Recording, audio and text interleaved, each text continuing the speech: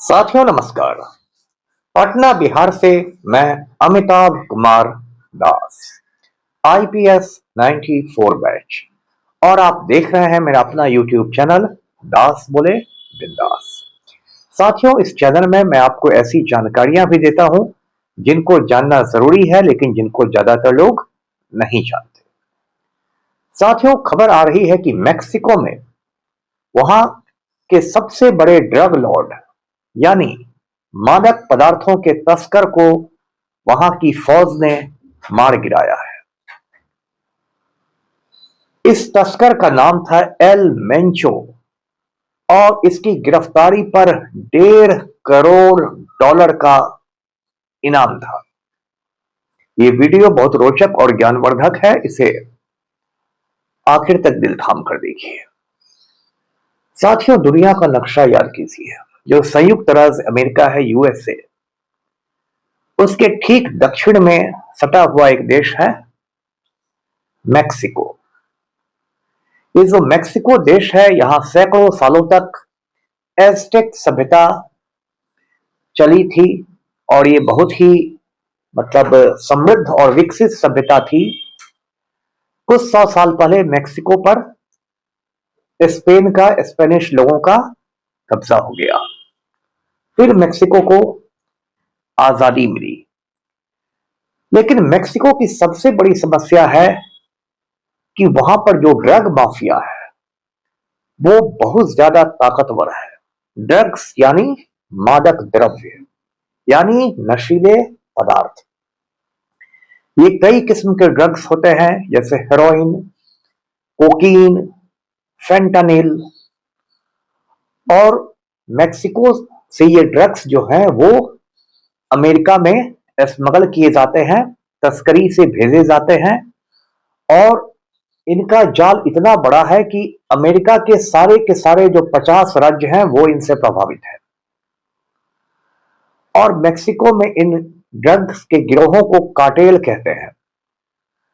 और इन कार्टेल में जो आपसी खून खराबा होता है उसमें हर साल हजारों लोग मारे जाते हैं। इसके अलावा वहां मैक्सिको में हर साल 50 पुलिस अधिकारी और पुलिस वाले मारे जाते हैं, जज लोग मारे जाते हैं, और मैक्सिको में समझिए 12 महीने खून खराबा चलता है। मैक्सिको में जो दो सबसे बड़े गिरोह हैं मादक द्रव्यों के, यानी दो सबसे बड़े जो ड्रग कार्टेल्स हैं, एक का नाम है सिनालोआ कार्टेल जो सिनालोआ प्रांत में है, और दूसरे का नाम है जलिस्को न्यू जेनरेशन कार्टेल जो जलिस्को नाम के राज्य में है। कुछ साल पहले तक सिनालोआ ड्रग कार्टेल जो था, सिनालोआ जो गिरोह था, वो सबसे ताकतवर गिरोह था और उसके सरगना का नाम था एल चैपो। असली नाम कुछ और था, लेकिन वो एल चैपो के नाम से बदनाम था। एल चैपो का मतलब स्पेनिश भाषा में होता है ठिगना आदमी, नाटा आदमी, जिसको हिंदी में आप कह सकते हैं टिंगू जी। तो उसका हाइट काफी कम था, इसलिए लोग उसको एल चैपो कहते थे। ये एल चैपो इतना शातिर था कि इसको 2-3 बार मैक्सिको के जेल में रखा गया, लेकिन ये सुरंगें खोद के कई कई किलोमीटर लंबी सुरंगें खोदकर, टनल खोदकर भाग जाता था। कुछ साल पहले फिर इसको धर दबोचा गया और अब ये अमेरिका की एक जेल में बंद है। वो ऐसी जेल है जहां एक परिंदा पर नहीं फड़का सकता है। बिल्कुल चप्पे चप्पे पर सुरक्षा है और बहुत ही ज्यादा, इसको मैक्सिमम सिक्योरिटी प्रिजन कहते हैं। सबसे ज्यादा सुरक्षा वाली जेल में एल चैपो बंद है। एल चैपो की गिरफ्तारी के बाद से सिनेलोवा ड्रग कार्टेल की एक तरह से कमर टूट गई है। ये अभी भी सक्रिय है, लेकिन पहले जैसा ताकतवर नहीं रहा है। दूसरा जो मैक्सिको का सबसे बड़ा ड्रग कार्टेल है, गिरोह है, उसका नाम मैंने आपको बताया जेलिस्को न्यू जेनरेशन कार्टेल, और इसका सरगना था एल मेंचो। एल मेंचो की कहानी बहुत अजीबोगरीब, एकदम फिल्मी कहानी है। उसका जन्म एक बहुत गरीब परिवार में हुआ था और वो लोग खेती किसानी करके लोग पेट पालते थे, किसान परिवार था। और जब वो किशोर हुआ, थोड़ा बड़ा हुआ, तो वो मेक्सिको से गैर कानूनी तरीके से अमेरिका में घुस गया। क्योंकि मेक्सिको और अमेरिका पड़ोसी देश हैं, दोनों की सीमाएं सटी हुई हैं, तो हर साल बहुत सारे लोग गैर कानूनी तरीके से, अवैध तरीके से अमेरिका में घुस जाते हैं मेक्सिको के लोग, और फिर ये लोग वहां छोटी मोटी नौकरियां करके पुलिस की नजर से बच बचा के अपना गुजारा करते हैं। यदि वो पकड़ा जाते हैं तो उनको मेक्सिको वापस भेज दिया जाता है। तो ये एल मेंचो भी अमेरिका में कुछ दिन रहा, वहां भी इसने कुछ गलत सलत काम किए, कुछ छोटे मोटे अपराध किए, और बाद में फिर उसको मेक्सिको वापस भेज दिया गया। अब ये एल मेंचो कितना शातिर था, ये मेक्सिको में आकर सीधे पुलिस में भर्ती हो गया। और पुलिस में इसलिए भर्ती हुआ क्योंकि इसको आगे चलकर अपना गिरोह चलाना था, अपना गैंग चलाना था। इसलिए वो पुलिस की कार्यशैली को समझना चाहता था कि पुलिस किस तरह काम करती है। और एल मेंचो मेक्सिको में पुलिस ऑफिसर बन गया। उसने बाकायदा पुलिस की ट्रेनिंग ली, बाकायदा हथियार चलाने सीखे, बाकायदा किस तरह पकड़ा जाता है, किस तरह जासूसी की जाती है, मतलब पुलिस के सारे गुर उसने सीख लिए। और जब सारे गुर उसने सीख लिए तब उसने पुलिस की नौकरी छोड़ दी और 2009 के आसपास उसने अपना गिरोह बना लिया। क्योंकि वो जेलिस्को प्रांत में गिरोह है, इसलिए उसने नाम रखा जेलिस्को न्यू जनरेशन कार्टेल। जो इसका स्पेनिश नाम है उसको शॉर्ट में कहते हैं सीजेएनजी। तो सीजेएनजी कार्टेल ये बना लिया। अब ये जो एल मेंचो था, इसके पास कोई साधारण हथियार नहीं थे। कोई बिहार वाला जो कट्टा होता है, देशी कट्टा लेके लोग नहीं घूमते थे। इन लोग के पास इतने आधुनिक हथियार थे कि ये लोग सीधे मेक्सिको की सेना को टक्कर दे सकते थे।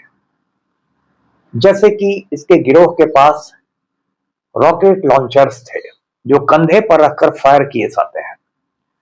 अब इससे क्या होता था कि कभी इसके ठिकानों पर यदि फौज की का रेड होता था, छापा पड़ता था, तो ये लोग उस रॉकेट लॉन्चर से रॉकेट दागकर सेना के हेलीकॉप्टर गिरा देते थे। मतलब इतना ज्यादा इनका खूंखार संगठन था। और जो पुलिस के मुखबिर थे उनको ये जिंदा नहीं छोड़ते, तड़पा तड़पा के मार जाते थे। जो ईमानदार पुलिस ऑफिसर होते थे, जो घूस लेके इनके साथ नहीं रहते थे, उन पुलिस वालों को ये लोग मार डालते थे। कोई ईमानदार जज होता था जो इनके खिलाफ कोर्ट में फैसला सुना देता था, उस जज का खून कर देते थे। किसी शहर का कोई ईमानदार मेयर रहता था जो अपने शहर में ड्रग्स को नहीं घुसने देता था, उस मेयर को खलास कर देते थे। तो ये हालत इन लोगों ने बना रखी थी और इनकी पहुंच बहुत ऊपर तक थी, सत्ता के गलियारों तक। मैंने एक फिल्म देखी थी, once upon a time in Mexico. वो फिल्म हर किसी को देखनी चाहिए। उस फिल्म का किस्सा संक्षेप में यह है कि जो राष्ट्रपति है मेक्सिको का, वो बहुत ईमानदार आदमी है और वो कहता है कि मैं तो ड्रग माफिया को कुचल दूंगा। और वहां का जो सेना प्रमुख है मेक्सिको का, वो बहुत बड़ा घूसखोर आदमी है और ड्रग माफिया उसको पैसे देकर बोलता है कि तुम इस राष्ट्रपति का तख्ता पलट दो। तो पूरी फिल्म इसी पर बनी हुई है। तो आप खुद समझ सकते हैं कि जिस देश में सेना का चीफ, आर्मी चीफ तक ड्रग माफिया के पॉकेट में रहता हो, उस देश के क्या हालात होंगे। तो जब एल चैपो अमेरिका के जेल में चला गया तब एल मेंचो की ताकत और बढ़ती गई और इतनी बढ़ गई कि अमेरिका ने उस पर $1.5 करोड़ का इनाम रखा उसकी गिरफ्तारी पर। अब $1 अमेरिकन आजकल 92 हिंदुस्तानी रुपए के बराबर चल रहा है।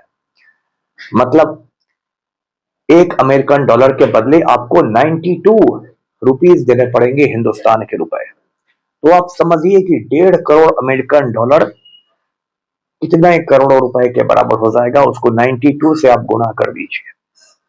इतनी बड़ी रकम अमेरिका ने एल मेंचो की गिरफ्तारी पर रखी। और कुछ महीने पहले डोनाल्ड ट्रंप जो अमेरिका का राष्ट्रपति है, उसने इन दोनों गिरोहों को, सिनालोआ कार्टेल को भी और सीजेएनजी को भी, दोनों गिरोहों को आतंकवादी संगठन घोषित कर दिया, टेररिस्ट ऑर्गेनाइजेशंस, यानी दहशतगर्दों की तंजीम। और इसके बाद ट्रंप ने मेक्सिको पर बहुत दबाव देना शुरू किया कि इन लोग की बिल्कुल कमर तोड़ देनी है। अब साथियों, आजकल मेक्सिको में एक महिला राष्ट्रपति है, जो वहां की प्रेसिडेंट है मेक्सिको की, वो एक खातून है जिनका नाम है क्लॉडिया शीनबॉम। ये क्लॉडिया शीनबॉम, आप इनको आयरन लेडी कह सकते हैं, लौह महिला कह सकते हैं, एकदम हंटर वाली है। इसने ट्रंप से कहा कि आपकी फौज को आने की जरूरत नहीं है, आप लोग बस हमें इंटेलिजेंस देते रहिए, खुफिया बातें बताते रहिए, हम लोग सबसे निपट लेंगे।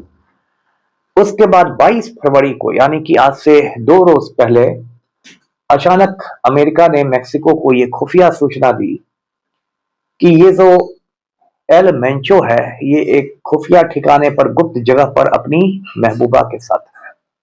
ये महबूबा का चक्कर थोड़ा खराब होता है अंडरवर्ल्ड में, इसके चक्कर में बहुत लोग फंस जाते हैं। तो उसके बाद एक बहुत बड़ा हमला हुआ एल मेंचो के ठिकाने पर, जिसमें हेलीकॉप्टर थे, बहुत सारे कमांडो थे। उस हमले में एल मेंचो बुरी तरह घायल हो गया, और जब उसको हेलीकॉप्टर में मेक्सिको सिटी लाया जा रहा था तो रास्ते में ही उसने दम तोड़ दिया। इस तरह आज की तारीख में जो मेक्सिको का सबसे खूंखार ड्रग लॉर्ड, यानी मादक पदार्थों का तस्कर एल मेंचो, उसका काम तमाम हो गया। इसको कहते हैं प्राइम मिनिस्टर। जो क्लॉडिया है, श्रीमती क्लॉडिया शीनबॉम, इतनी पावरफुल है। और हमारे हिंदुस्तान में एक नालायक वजीर आजम है, नरेंद्र मोदी उर्फ सरेंडर मोदी, उसकी कोई औकात नहीं है। बेश ट्रंप के सामने दुम हिलाता रहता है, गौतम अडानी के सामने दुम हिलाता रहता है। और हिंदुस्तान की ये हालत है कि लॉरेंस बिश्नोई नाम का एक क्रिमिनल जेल के अंदर से अपना पूरा एम्पायर चला रहा है, अपने अपराधों का पूरा साम्राज्य चला रहा है जेल से, अंदर से। और मोदी की औकात नहीं है कि लॉरेंस बिश्नोई को भी वो कंट्रोल कर ले। और ये विश्व गुरु बनाने चले हैं देश को, कहते हैं कि भारत को विश्व गुरु बना देंगे। अरे पहले लॉरेंस बिश्नोई को कंट्रोल करो। तो साथियों, एल मेंचो के मारे जाने से यह माना जा रहा है कि जो ड्रग माफिया है उसके खिलाफ लड़ाई निर्णायक दौर में पहुंच गई है, क्योंकि एल चैपो अमेरिका के जेल में बंद है, अब उसकी मौत भी जेल में ही होगी। एल मेंचो मारा गया है। नए नए ड्रग्स वाले जरूर निकलेंगे, लेकिन अब उनके हौसले काफी पस्त हो गए होंगे। ड्रग्स माफिया से जब बात याद आई तो हिंदुस्तान में भी धीरे धीरे धीरे धीरे ड्रग्स माफिया पैर पसार रहा है। और पंजाब में जब अकाली और बीजेपी की सरकार थी, अकाली दल और भाजपा की सरकार थी, तो वहां ड्रग्स माफिया इतना पावरफुल हो गया था, उसने पंजाब की नई नस्ल को बिल्कुल बर्बाद कर दिया था। उस पर एक हिंदी फिल्म भी बनी थी, उड़ता पंजाब। कहते हैं कि उस समय जो पंजाब का रेवेन्यू मिनिस्टर था, विक्रमजीत मजीठिया, वही ड्रग माफिया का किंग पिन था, सूत्रधार था। ये सुखबीर बादल का साला है।